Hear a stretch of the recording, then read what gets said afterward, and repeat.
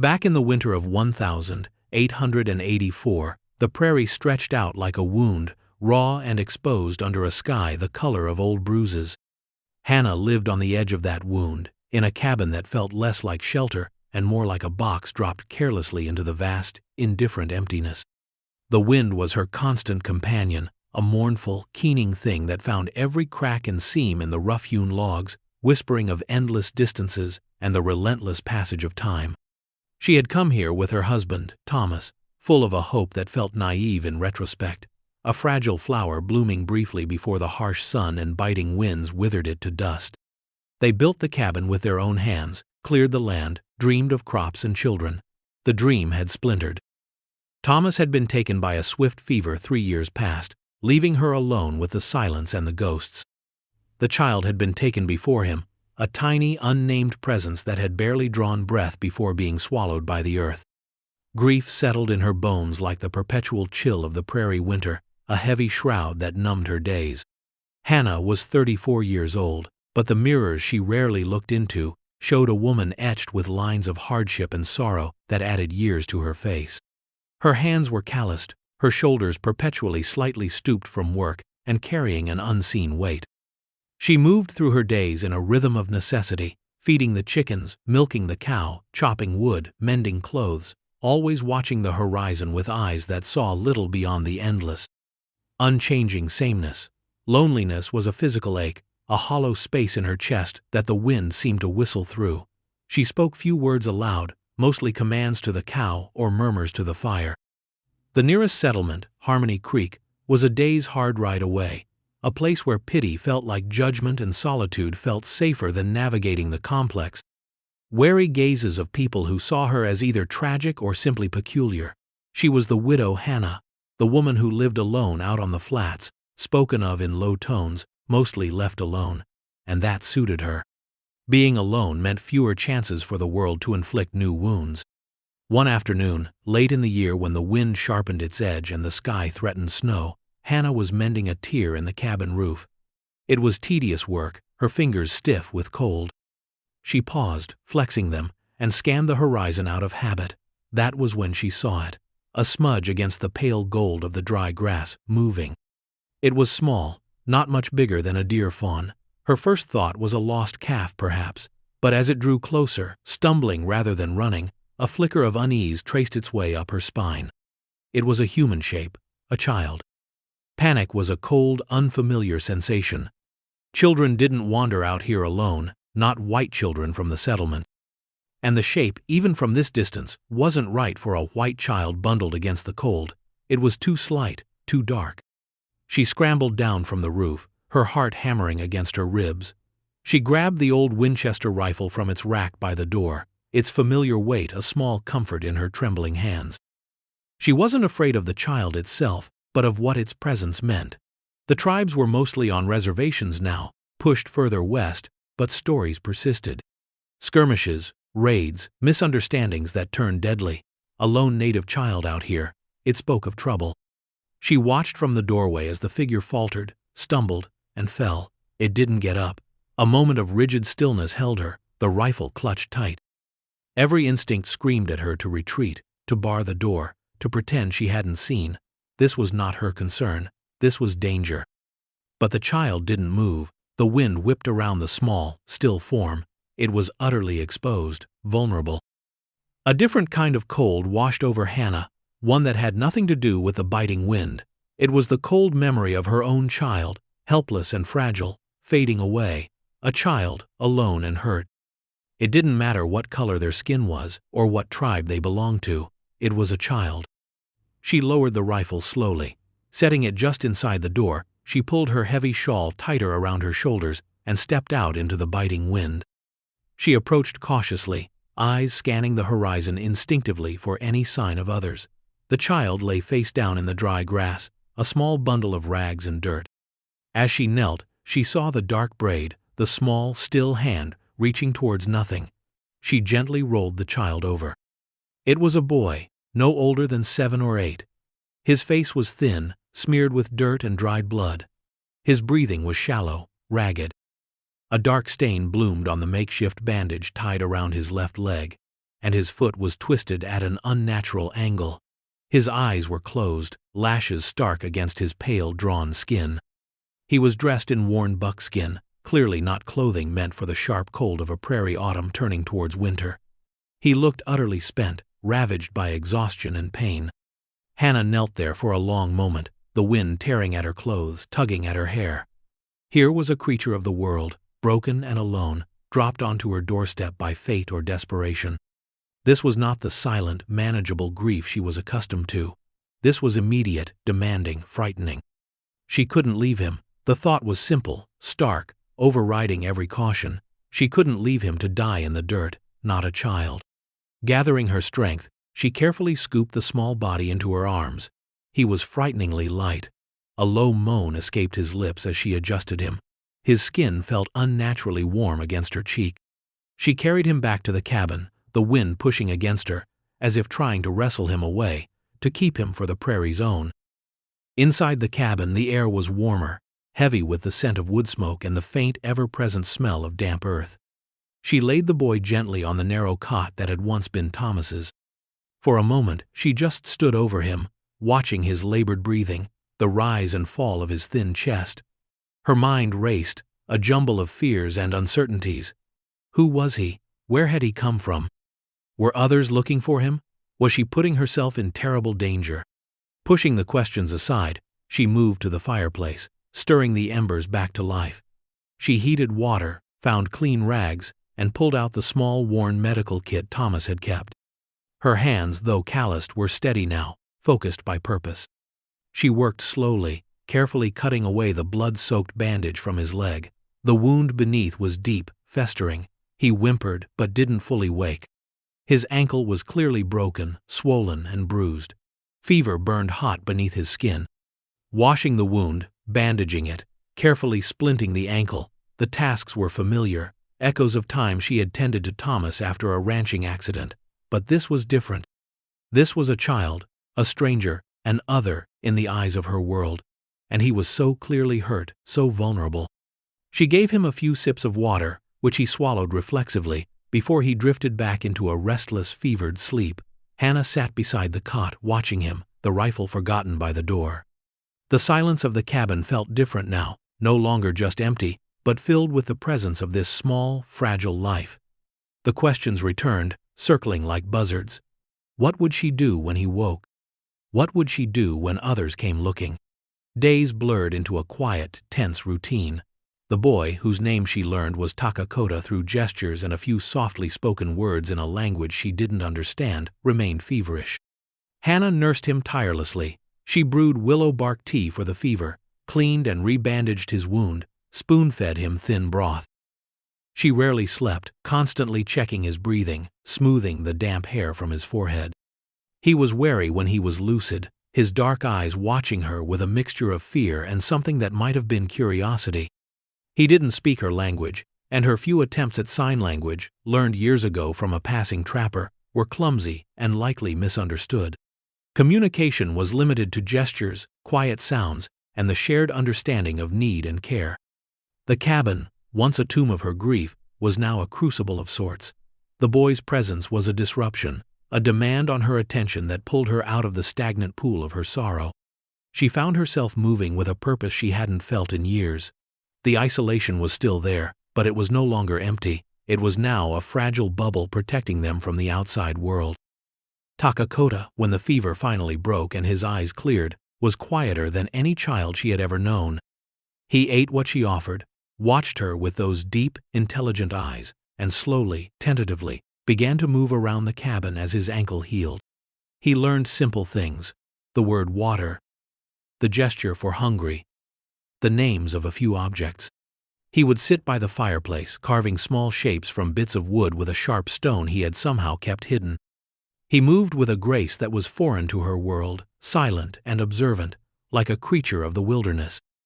Hannah, in turn, watched him. She saw the resilience in his small body, the quiet strength in his gaze. She saw not an enemy child as the fearful whispers in Harmony Creek might label him, but a boy who had been hurt, who was far from home, who carried his own unspoken burdens.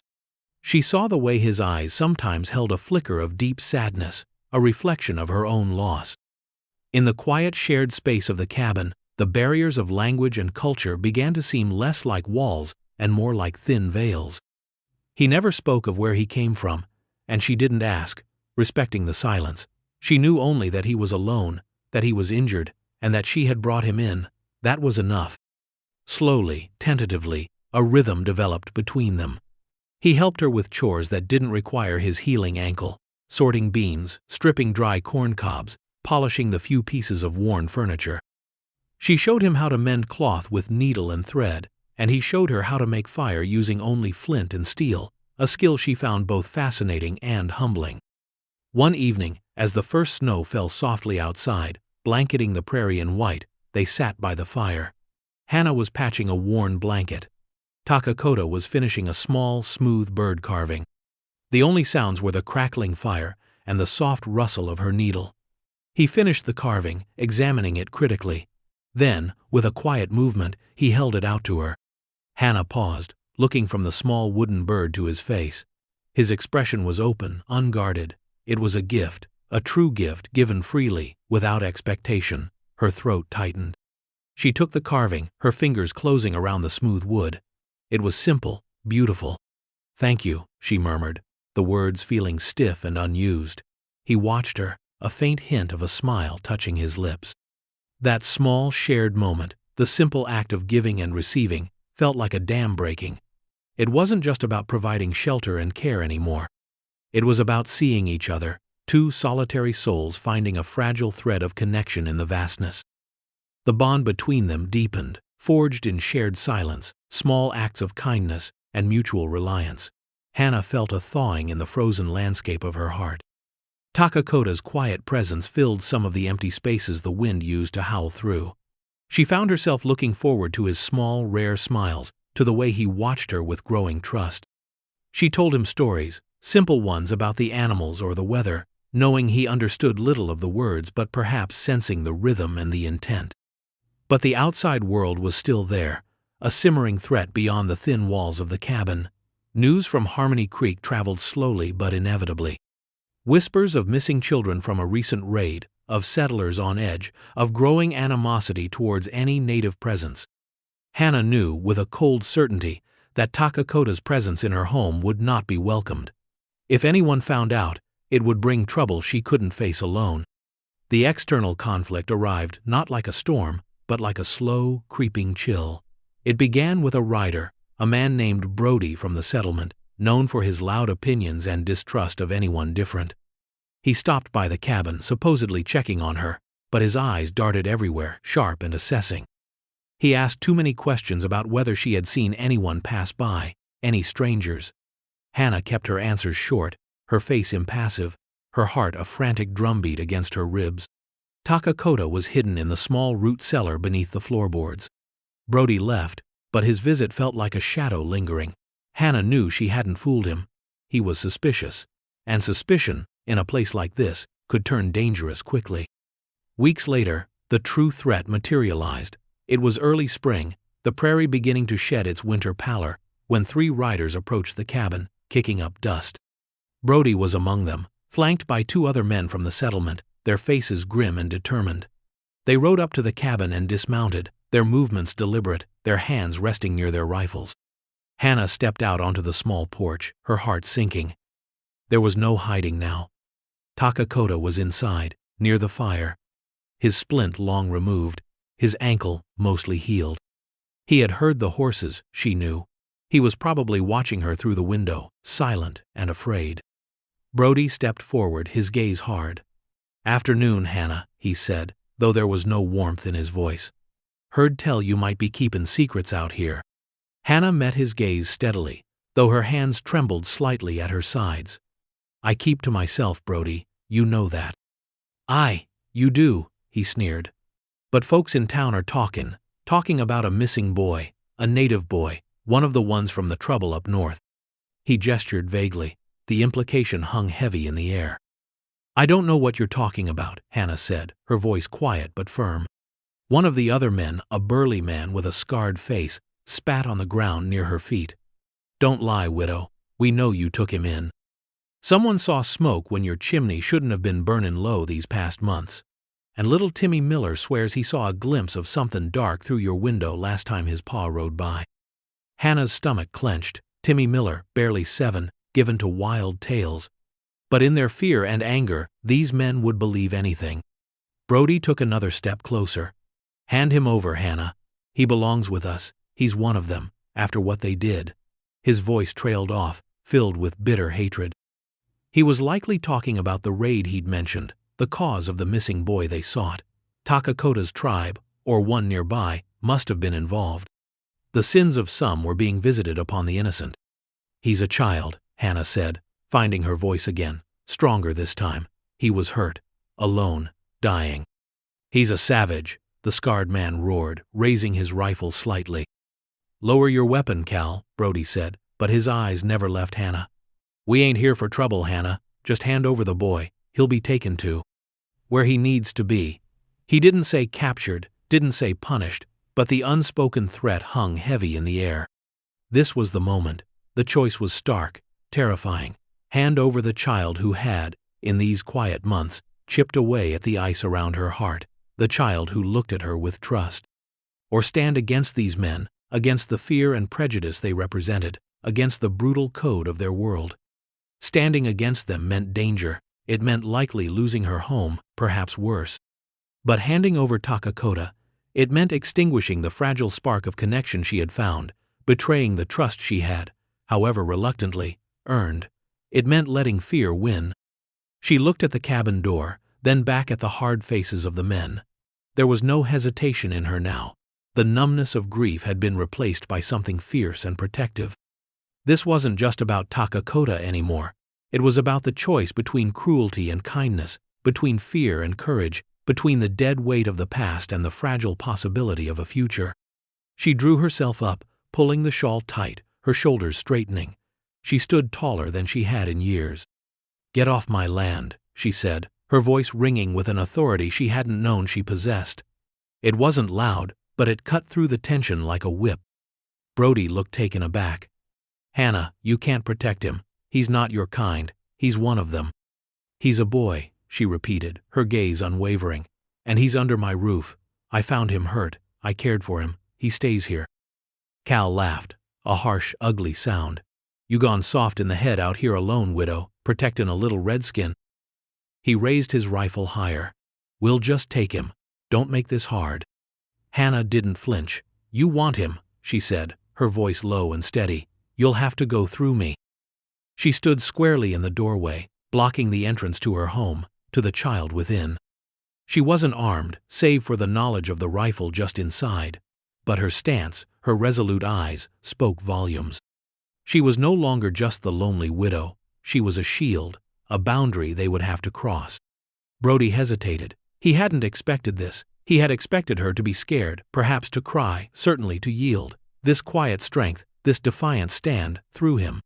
Cal was itching for a confrontation, his face contorted with anger and prejudice. But even he paused, perhaps surprised by the absolute conviction in Hannah's voice. The wind swirled around them, carrying the scent of dust and new grass. It felt like the prairie itself held its breath, watching. "Step aside, Hannah," Brody warned, his voice strained. "No," she said simply. They stood there for a long, tense moment, the air thick with unspoken threats and unwavering resolve. Then, from inside the cabin, came a small sound. A floorboard creaked. Takakota. He must have heard everything. Hannah's heart ached. He was a child, caught in the crossfire of adult hatred.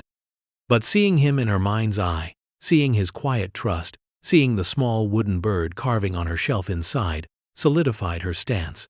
There was no going back. Brody exchanged a look with Cal and the other man.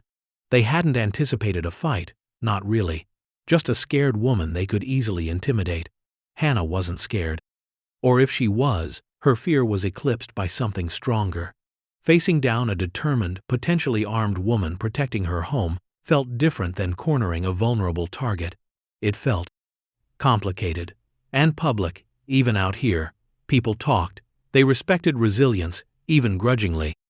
And they disliked unnecessary bloodshed, especially involving a woman and a child, even a native one, if it could be avoided without looking weak. Brody's face hardened. "This ain't over, Hannah. The boy can't stay here forever. Folks ain't gonna forget.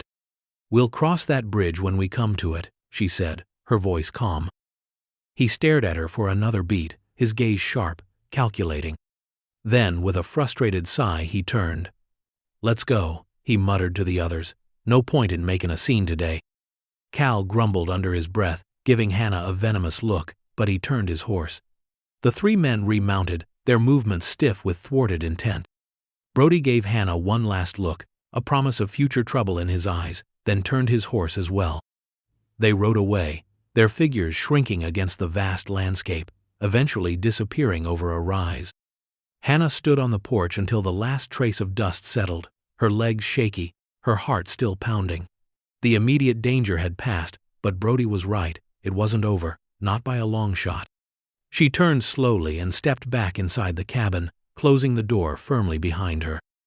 Takakota was standing by the fireplace, watching her, his eyes wide. He had understood more than she thought, perhaps sensing the danger and her defiance. He looked small and fragile, but there was a quiet strength in his gaze that mirrored her own newfound resolve. She walked towards him, kneeling down. For the first time since he had arrived, she reached out and gently pulled him into an embrace. He was stiff at first, unused to such closeness, then slowly, tentatively, his small arms wrapped around her neck. In that quiet moment, the last vestiges of her frozen grief seemed to crack and fall away. The emptiness was still there, the pain of what she had lost, but it was no longer a void. It was a space that could be filled, not replaced, but overlaid with the warmth of a different kind of connection. She had stood against her world for him, she had chosen. The denouement unfolded not in dramatic events, but in the quiet continuity of days. Brody and his men did not return immediately. The threat lingered, a dark cloud on the horizon, but for the moment, there was peace within the cabin walls. Hannah and Takakota settled into a new, deeper rhythm. The silence between them was no longer wary, but comfortable, companionable. They communicated through a mixture of her halting English, his few words of the same, gestures, and a language born of shared looks and understanding. Takakota showed her plants on the prairie, their uses for food or medicine, knowledge passed down through generations. Hannah taught him more English words, taught him to read the few books she possessed, stories of distant lands and brave heroes that filled their evenings by the fire. His ankle healed completely, and he moved with the effortless grace she had first observed. He helped her with all the chores now, his small hands surprisingly capable. They worked side by side, planting a small garden, mending the fences, preparing for the next harsh winter. The cabin felt different, no longer just a place of solitary survival, but a home, small and precarious, but a home nonetheless. The prejudice of the outside world remained, a constant, low-grade threat. Hannah knew they couldn't hide forever. Takakota was growing, his presence harder to conceal. But the fear that had gripped her initially had lessened, replaced by a quiet determination. She had faced down the initial storm, and in doing so, had found a strength she didn't know she possessed. She was no longer defined by her loss, but by her choice, by the life she was building, day by day, with this child who had been delivered to her. They rode into Harmony Creek together one summer day. It was a calculated risk, one they had discussed through simple words and gestures. Takakota wore clothes Hannah had made for him, looking perhaps like any other dark-haired boy, but his features, his quiet dignity, marked him as different. Hannah held her head high, Takakota riding beside her on the old mare, his small hand resting on the saddle. The reaction was mixed. Some averted their eyes, uncomfortable. Some stared, their faces hardening with suspicion and disapproval. Brody was in front of the saloon, his jaw tightening as he saw them. But others, a few of the women, an older storekeeper who had known Thomas, offered tentative nods, small smiles. Hannah bought supplies, spoke briefly, efficiently. She didn't explain. She didn't apologize, she simply existed, with Takakota by her side. It was an assertion, a quiet defiance. This is who we are now, deal with it. They rode back to the cabin, leaving the whispers and stares behind. The prairie welcomed them back, vast and silent. Life was still hard, the prairie was still unforgiving. But Hannah was no longer just enduring, she was living. Takakota's presence had cracked open the world she had shut herself into, letting in not just the light, but the challenges and the joys that came with connection. She had saved him, perhaps. But in doing so, he had saved her too, pulling her back from the brink of her own self-imposed exile. The future was uncertain. There would likely be more challenges, more confrontations with the world's fear and prejudice. But as Hannah watched Takakota, laughing quietly as he chased a grasshopper through the tall stalks near the cabin, she knew she wouldn't face them alone. The desolate wound of the prairie still stretched around them, but in their small cabin, on that lonely patch of land, a different kind of bloom had begun, fragile but resilient, a testament to the unexpected ways connection could heal, and the quiet power of standing tall against the storm for another soul.